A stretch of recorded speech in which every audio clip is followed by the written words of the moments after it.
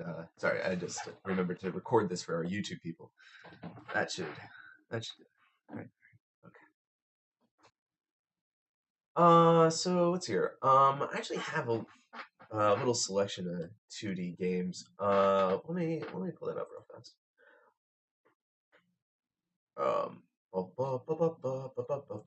Most important thing with 2D games is like, you know, nothing about your games process should ever change, right? So it's like, um, once, like especially if you're dealing with 2D order, because yes, there are 2D group games.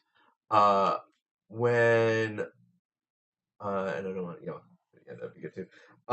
When you're dealing with an ordering game, like whether it's Monday through Friday or days of the week, like you're always like dealing with something that's like, you're always dealing with something that exists in this kind of world, right? So it's like, I know that I have to put these things in order. This is like step one for a 2D game. And then it's just a question of like, okay, well, what else do I have to do in this game? Um, and that might be something as simple as being like, oh, there's two rooms that each have five conferences, and it's like, okay, well, one of the rooms is going to be here, room A. The other room is going to be group. That was going to be a B, but now it's a D, and it's going to exist like that. Um, if it's just like, okay, I have to put them in order and I have to figure out what room they're in, it goes like this. Um, or if it's like, I have to put them in these 5 days, but there's also an AM PM situation, boom, boom, just like that. But part of the reason you start with does order matter is because it simplifies the first part, which is getting this down. And then a lot of it can really be gained by just I mean, you can look at the grab rules on some of them, but some of it's just like, okay, well, what is the actual task I have? Here, let me pull up. Let me pull up an argument real fast. Okay, this is from test 26, and here, let me get over here. Unknown game detected. Yeah, it's an Adobe program. Yeah. All right. So, well, here let's look at this first. And then I'm happy to look at that game, too. So, take a couple seconds, with this setup here. Can you read that? Okay.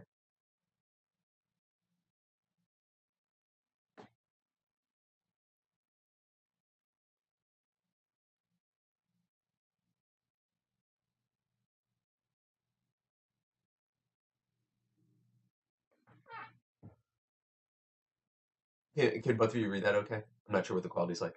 I can make it bigger if I need to.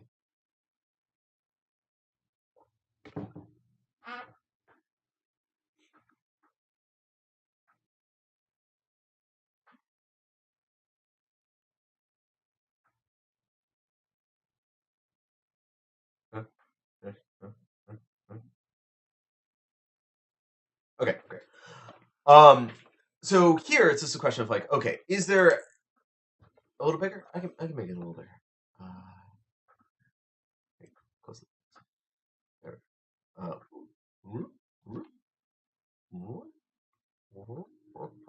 okay. So, first question is, does order matter? Like considering like what we have to do here, like it always stems from the idea of like, what is the thing we're trying to figure out? Um, um, and so here we have 8 students uh, assigned to 4 benches. It's like, okay, great. Well, we have 4 benches, and they're numbered benches, so it's not just that we're grouping them. It's there's bench 1, bench 2, bench 3, bench 4. I mean, yeah. And so presumably they're in that order. So we know we have the 4 benches, but we have this other thing that's happening here. And what's the other thing that's happening here?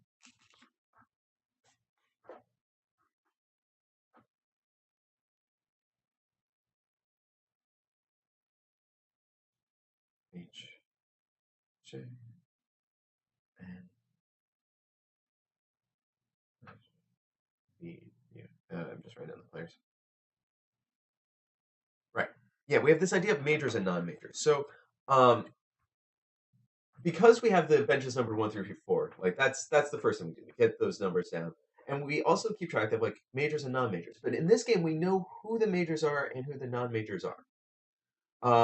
And at this point, it's like, geez, because we know who they are, we don't necessarily need a row to define them. Like, we don't need to have, uh, like this is uh F and they're a major necessarily because we already have that information. Some games that's useful, we'll see, but because we have 8 people for 4 benches, and there's exactly 2 students to a bench, like we're probably going to just end up putting the individual students in each of these boxes because that gives us 8 boxes for 8 players. But we don't necessarily have any like distinction between top and bottom until we get to the first clue. And then when the first clue comes along, it gives us a hint as to what our chart should look like. So, what should our two? So, how do we distinguish between top and bottom here?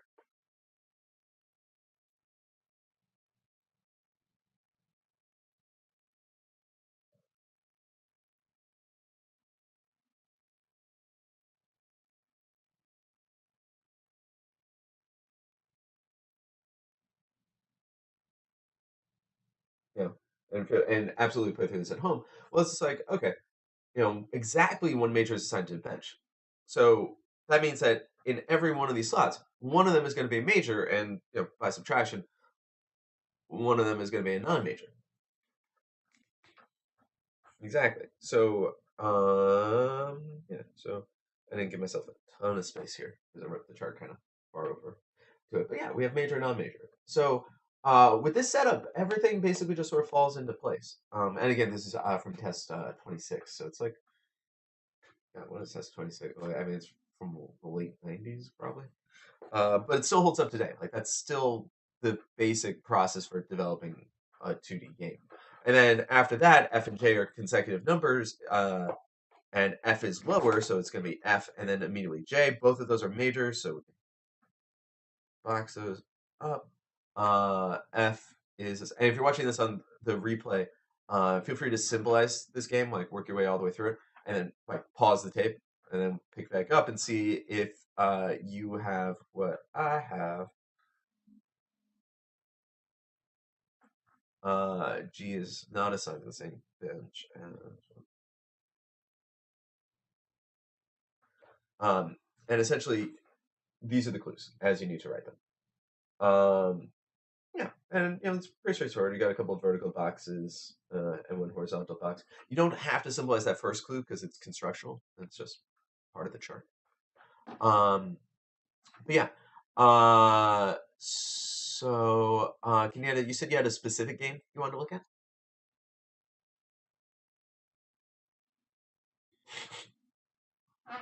Ugh.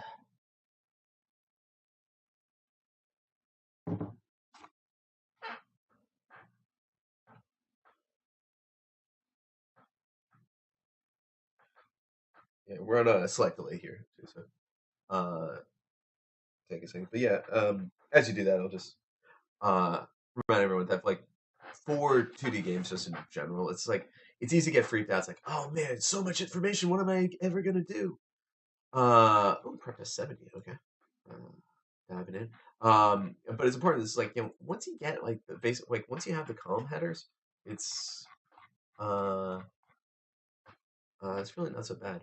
Practice 70. All right. Let's see here. Games. Here we go. Here, actually, while I'm doing this, let's switch back over to here. Just so I don't have to like scroll through this whole test. Game 3. 1, 2, 3. These are 5 movies. Is what you're looking at.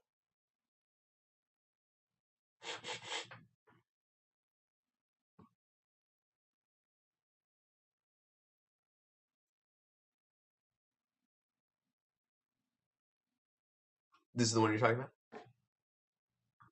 Okay. It's a good question. I have no memory of this game, so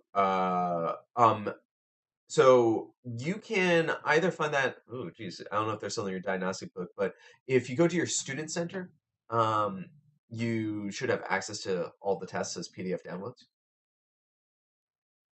They're all there. I think they're under resources or something like that. For my print to review students out there. Yeah, okay. So I haven't played this game yet, so you're gonna actually see the process come through here. So let's see here. For the first time, we have 5 movies that are showing at a repertory theater. Repertory theater? What? Why are they showing movies? Would they be showing plays? Oh, here. Let me also zoom in. Oh yeah, with that unrasterized text, you can just get as big as you want. Anyways, so there's 5 movies. So guessing here are players. So I'm gonna be writing those down. We have H, M, R, S, and W. Huh. Each movie is shown exactly once on one of the theater's 3 screens. 1, 2, and 3. Screens 1 and 2 show 2 movies each. One beginning at 7, one beginning at 9. Screen 3 shows exactly one movie at 8. Oh, that's interesting. Uh, so, um, wow, that is actually a really interesting game. So order does matter because we do have this idea of time, right? And so 1, 2, 3. What you're doing as you're reading through is like, okay, these are the things I have to figure out. Like, what screen are they on? What movie is it? And then we have the 3 times. We have 7, 8, and 9. Yeah, so this is a 2D game because they never show more than 2 movies at the same time. Oh, well, actually, hang on. We want to make sure that we have enough information. So there's actually 2 ways that you can set this up. This is actually a really fun game. One is to set it up like this. You have the times on top. You have the screens on bottom. This is really similar to a traditional logic puzzle, and I think this is probably what I'd go with because there's not a good way to subdivide. Because the other way you'd have to do is you'd have to subdivide 7 o'clock and 9 o'clock for the 2 screenings. Um, and so I think this is uh, absolutely what I would do. And a 3 row game isn't impossible. It's pretty much the exact same thing. And for people who grew up doing logic puzzles, games like this are actually really nice. They did one like this later. I think it's like test like 80 or 81. They had one that's also on a grid like this. So and then bonus info that we get in the opening here is we know that screens 1 and 2 show one at 7 and one at 9, not at 8, so no one's there and no one's there. And screen 3 only shows a movie at 8. So yeah, this is exactly like a traditional logic puzzle, which is real fun. So we already start like these are our 5 movies. This is where they're going. That's actually real cool. Um, okay, so and then we get our clues down. W begins before the horror film. Nice and typical. Sci-fi is not on 3. R is not on 2. And H and M are shown on different screens. Okay, so H. Now, with the setup, there's actually a real fun way to write that clue. Which, when you think of it, like what it would look like if they're on the same screen, well, yeah, no, I just wanted to update it. So when you think about what it would look like for a film to be on the same screen, like they would be here and here and here, right? So basically, it's just saying you can't have that. And smiley face arrow, besides making it friendlier, also shows that it's interchangeable. Yeah. So I'm just gonna get rid of it. There. Yeah. So this is what I would do setup wise. And then every time you start a new row, you're actually starting at 1, 2, 3 all the way down. So like, oh, okay, great, that's gonna be my master row. So first time I play something, and a little annoying because I have to bring down the X's, but I actually think this game is probably gonna be pretty interesting. Um, the 8 threw you off. Oh, like the 8 o'clock?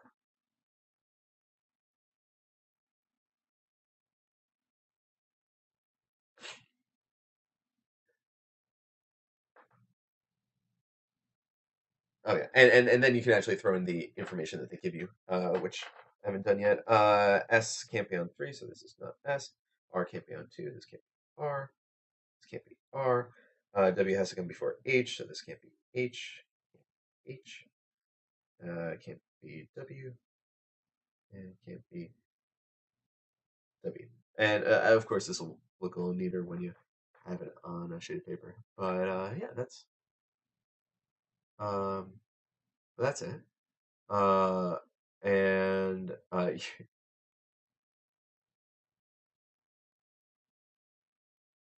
yeah. So here was you're right. We have to double check this. So W begins before horror film. Begins sometime before horror films. Sci-fi's not on 3. Sci-fi's not on 3. R is not on 2. R is not on 2. H and M can't be in the same screen. Yeah, they're showing this one. Romance is not on screen 2. R is not on screen 2. Oh, this one.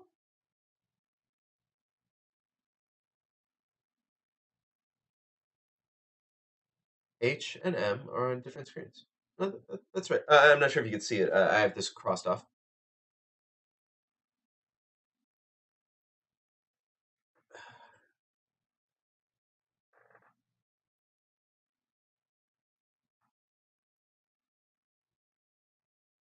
Here, actually, a little bit bigger.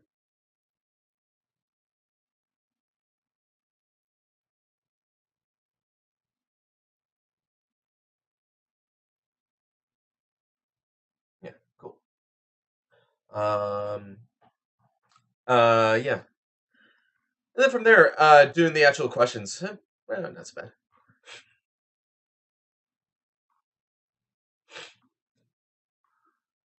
Let's see here.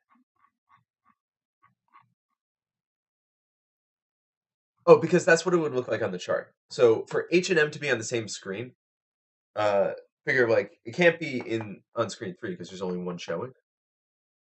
So it would either be here and here. That's how it would be on the same screen, or here and here.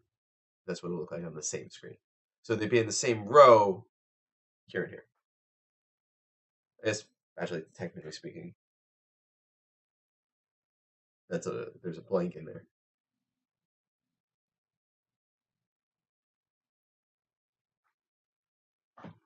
Ooh, ham, delicious. Having an uninterrupted series of steps. Expressly swim. I mean, notes on how to focus. If not, I assume that's interested in the topic or content. Uh, yeah, I mean, like, my whole reading philosophy really is on just like, you know, jumping over a lot of those details that people tend to get bogged down in, and that's part of the reason. Uh, Especially when you're bored with a passage, it's hard to um, stay focused when you're like reading about like I don't know whether it's copyright law or pathogens or you know a Mesoamerican poet who changed the civil rights movement or something like that. If you're not feeling a passage, then it's even more important that when you go through that first time, you're really just getting the big picture of it, right? So it's like topic sentence. It's like Pablo Neruda uh, paved the way for many imitators, and you're like, okay, cool. So is this paragraph about his imitators? And you go through, it's like here's one, here's another one, here's another one, here's another one. Hey, look, it's many imitators. That's exactly the thing that I got in the topic. And while it's important to like have a sense of where different people are, or different facts or details within a passage are. It's like, as long as you know what a process does, you don't have to know what a process is, if that makes sense. So, like, this drug cures cancer. I'm not sure how it cures cancer necessarily, but I know that it does. And if I read through it, it's going to say stuff like turns like T cells into like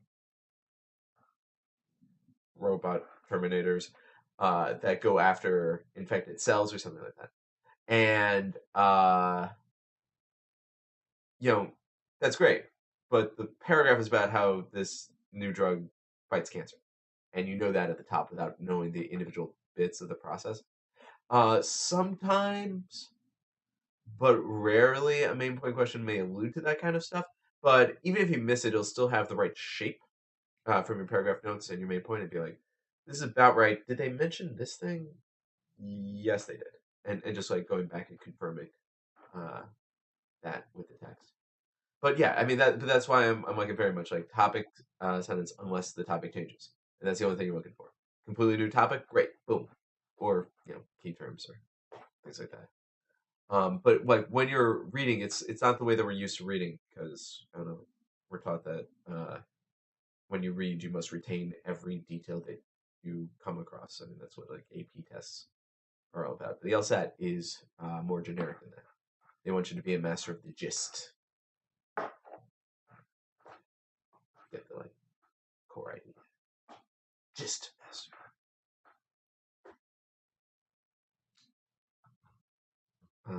Yeah, yeah. I mean, is there anything like more particular?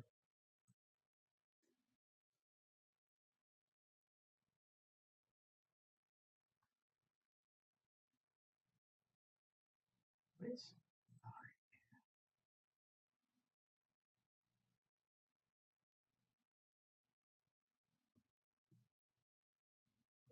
I'm just bringing back a little bit of Elgar while we wait. With the cello. Let me know if this is too loud, but it shouldn't be over my voice. But a nice little background, nice little dark cello music.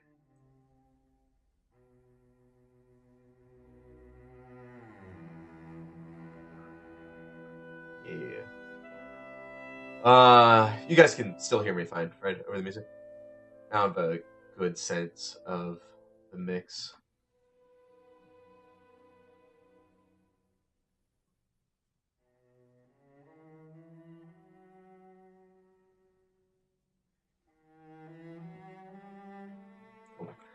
Yeah.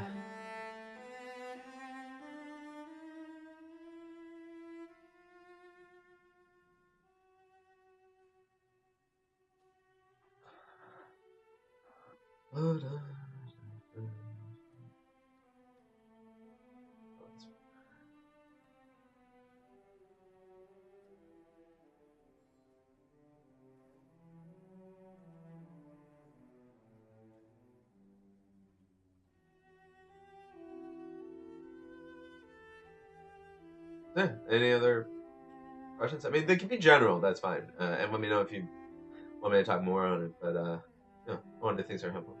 Any more argument tips? Yeah, I have uh, uh, like 42 hours more worth of argument tips. Right now, I mean, like you should really just have your focus be on just making sure that you're getting away with the conclusion cleanly every time. Making sure that you know, like right now, you're at a stage where you're developing your ability to sort of define what an assumption is, and um, so yeah, I mean that's really what I want you to be conscious of as you're going through. It's not just like, can I, you know, can I read and understand? It's like when I'm reading, can I? All right, this is getting like a little intense. All right, there we go.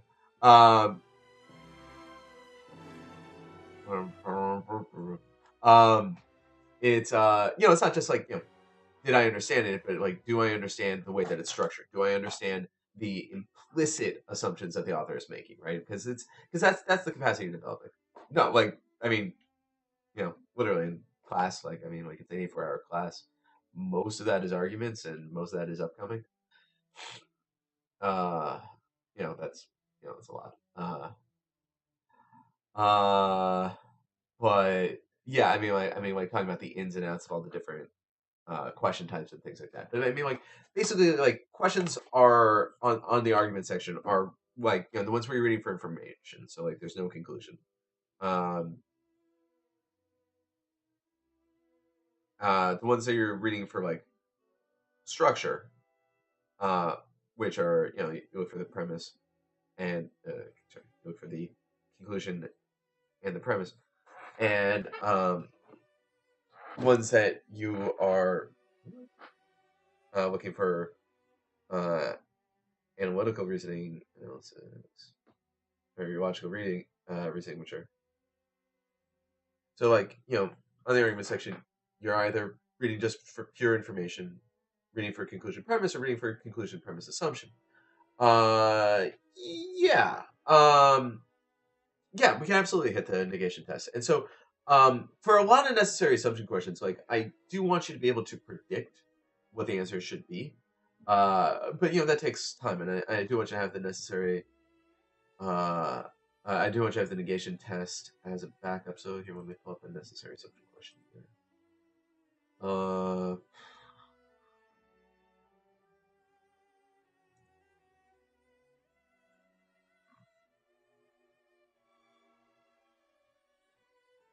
yeah, okay, yeah. This will do 1 sec.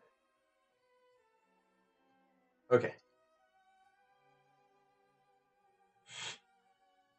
So like over here in question 14. Oh yeah, no, you have my cursor. Oh, you haven't? Oh, great. No, no. What's your example?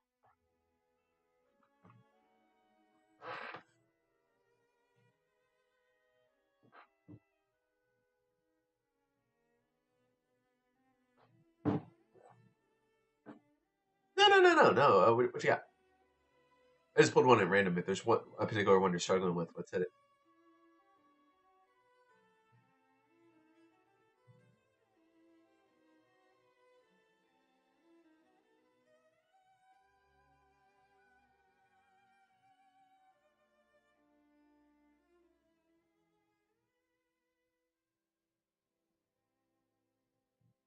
Ooh. Look here. I think I might. Yeah. Hang on 1 sec. Let me see if I got that handy.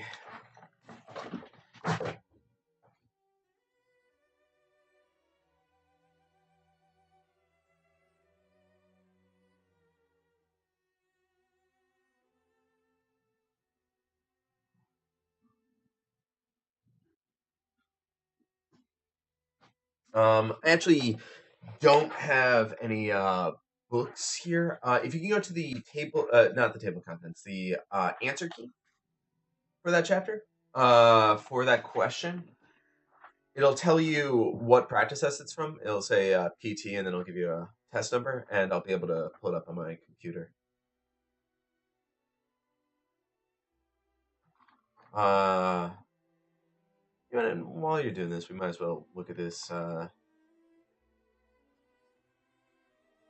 plagiarism example.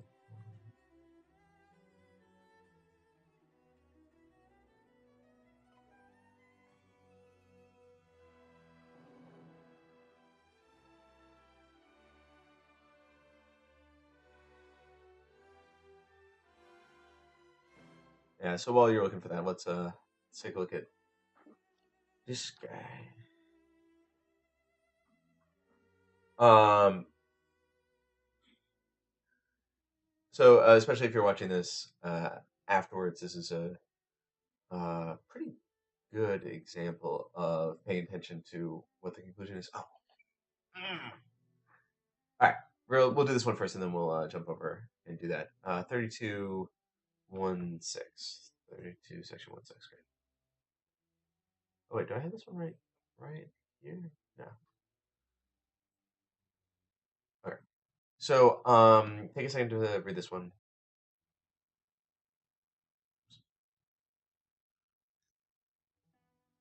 No, no, that's fine.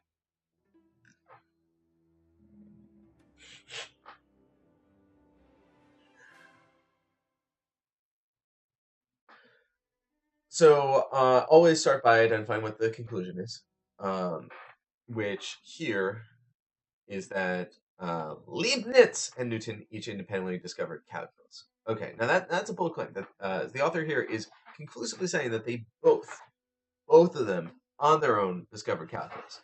Um, Now, we look back here and we see that Leibniz published his version of calculus before Newton did, and then Newton came out and he was like, "No, look at my you know, high school notebooks. Here's me discovering calculus." High school student, here's. Um, and so he had this idea before Leibniz, and so Newton also claimed that he told Leibniz this right before Leibniz um, publicized his discovery here. Um, but if you look at the letter, you see that there's a couple of cryptic remarks. There's like nothing important about calculus, and so sure, Newton discovered it on his own. His notes hold up, but it's also like he didn't learn it from Newton's notes. And when you're reading this, like you want to think about it in terms of like, okay, well, what is the assumption? The assumption is that like, okay, they both definitely 100% discovered calculus because Leibniz couldn't have gotten this from Newton's letter, right? Because that's all they've ruled out. We see that we have this one reason that they think that Newton thinks he stole it, which is this letter, and it's not the letter. And this is actually really close to something we call the fallacy, where it's just like, I disprove your reasoning, right? It's not the letter. Therefore, any other reason you might, there's no other reason you could possibly think that they plagiarized, or Leibniz plagiarized here. But you want to talk about the negation test, and so this is a good one for that. So like we want to establish that uh,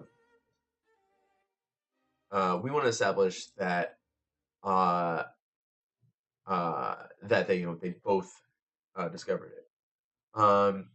And so Answer said Leibniz didn't tell anyone about calculus prior to his publishing his version of it. It's like, okay, so if he did tell, so with the negation test, it's like if he did tell someone about calculus, I mean, so what? So like, did they also steal calculus? It's bringing in this like other person. Like no one is saying that Newton stole it from Leibniz. So at like A, you don't need it. B, no third person independently discovered calculus prior to Newton and Leibniz. Now, we're gonna swing back to that one real fast because that's kind of an interesting choice. So let's look at C. Newton believed that Leibniz was able to learn something important about calculus from this letter. Okay, so whether Newton believed this or not, you have to be careful whenever LSAC introduces these ideas like belief, like this person believes this. Because when you negate it, it's like Newton didn't believe that Leibniz did it, but I mean, whether he believed that Leibniz stole it or not, I mean, did he? That's the question. It's like we want to know, did he actually steal it, not whether someone thinks he did. Um, and then D, neither Newton nor Leibniz knew that the other had developed a calculus version of calculus prior to Leibniz's publication. You know, I mean, okay, so let's say that one of them did know that the other had developed a calculus. So let's say Newton knew that Leibniz had developed a version of calculus. Maybe that's why he wrote the letter. I mean, it's fine. And E, neither Newton nor Leibniz learned crucial details about calculus from some third source. Now, this is why I was hanging on to B, because B and E are really similar to each other. And if you're rushing through your, like you just grab one and go. So let's negate them. So, and I'm going to negate them both without commentary, so leave you to think about it. So B, when you negate it, is there was some third person who independently discovered calculus before Newton and Leibniz. So let's say Gary in Sweden discovered calculus before Newton and Leibniz did. All right, that's B. And then E, neither Newton or Leibniz, so like one or the other, or maybe both of them, learned. So one of those guys learned crucial details of calculus from some third source. So they learned about calculus from someone else. Now, looking at the conclusion again, the conclusion, remember, is that they both independently discovered calculus on their own, thought of it out of their dome. So with B, it's like, okay, someone else also independently discovered it. The question still remains, it's like, well, did Newton and Leibniz hear about it? Because if they didn't hear about it, that's kind of irrelevant. And if they did hear about it, like, very important. Whereas E, let's say that Newton, like, was just like sitting on a bench somewhere, and the guy next to him was like, hey Newton, look, I discovered this form of mathematics. And then Newton was like, oh, that's great, and then stole them and then copied them into his notes. That would mean that he didn't independently discover calculus. It means that he got it from a third party. The same thing could be true with Leibniz. So since the conclusion says that both of them, on their own, from their own brain, discovered calculus, E needs to be true. Because if it isn't, then one of them stole it from that third party. So that's the way the negation test goes through. And sometimes with things that are similar, it's like, okay, well, when I negate it, does it destroy the conclusion? He said 30, 32.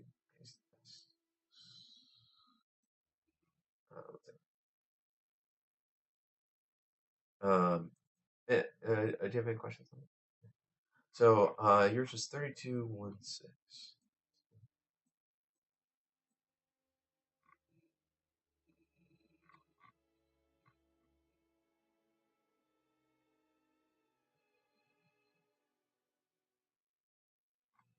No, I don't think that could. 32.16. 32.16. This looks like a flaw question to me. 32, section 1, question 7. Sorry, this is that question. Is this what you're asking about?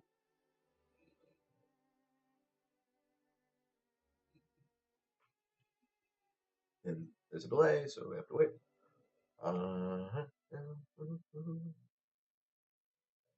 Oh yeah, that's not an assumption question. It's a flaw question. Oh right, because yeah, okay, we're talking about flaw. Never mind, right? That makes sense.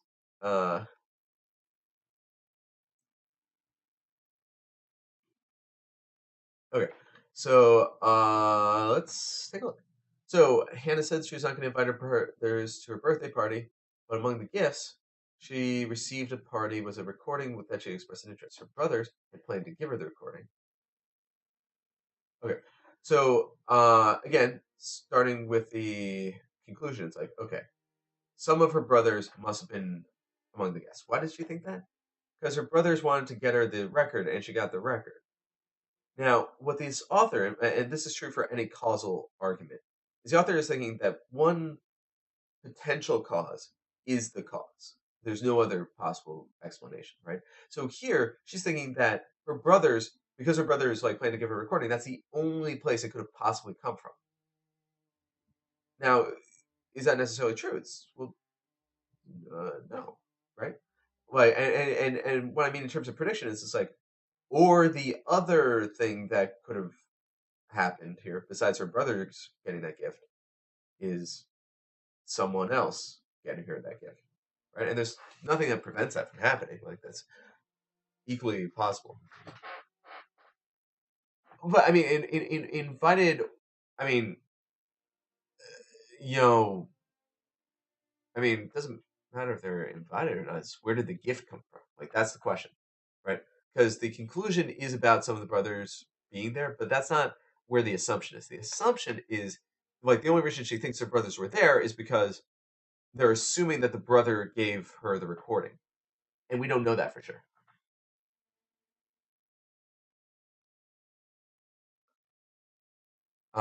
And yeah, and so if you're focusing on the invitation or the being there, then you might fall for something like the uh,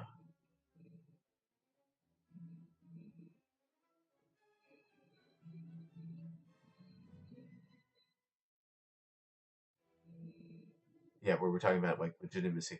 Um, let's hear. Let's actually look at these answer choices. So it disregards the possibility that a change of mind might be justified by change in circumstances. Yeah. Oh yeah. No. That's what I thought. Uh, yeah. Whereas D, we're like fails to establish something true of some people is true of only those people. So what's the thing that's true of them that they intended to give her that gift, and does the author think that they're the only ones who wanted to give her the gift? No. And so that's what they failed to establish. Yeah, but like yeah, if you're focusing on the invitation, it's like well, you know, that's not what the argument's about.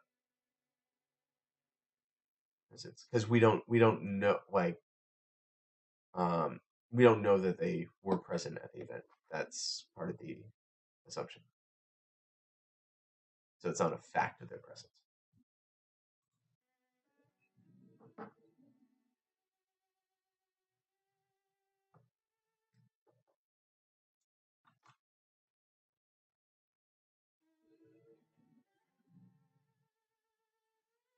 Hmm.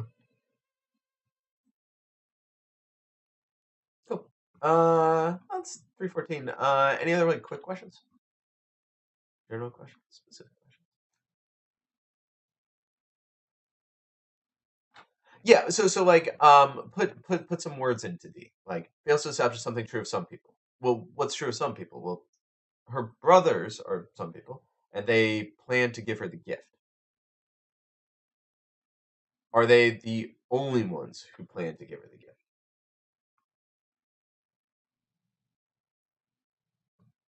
So yeah,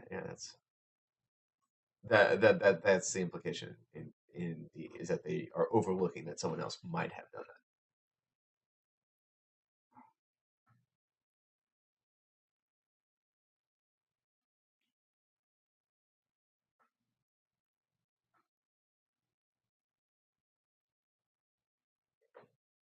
that. Cool. Well, I'm gonna call it there. I think. But yeah, no, this was fun. Yeah, so I should be at this again next Saturday, and of course I'll see you in class before then. But yeah, and again, if you're watching on YouTube, thanks for checking it out. Feel free to comment any questions you have below, and I'll try to respond to those comments. Yeah, take it easy. See you tomorrow.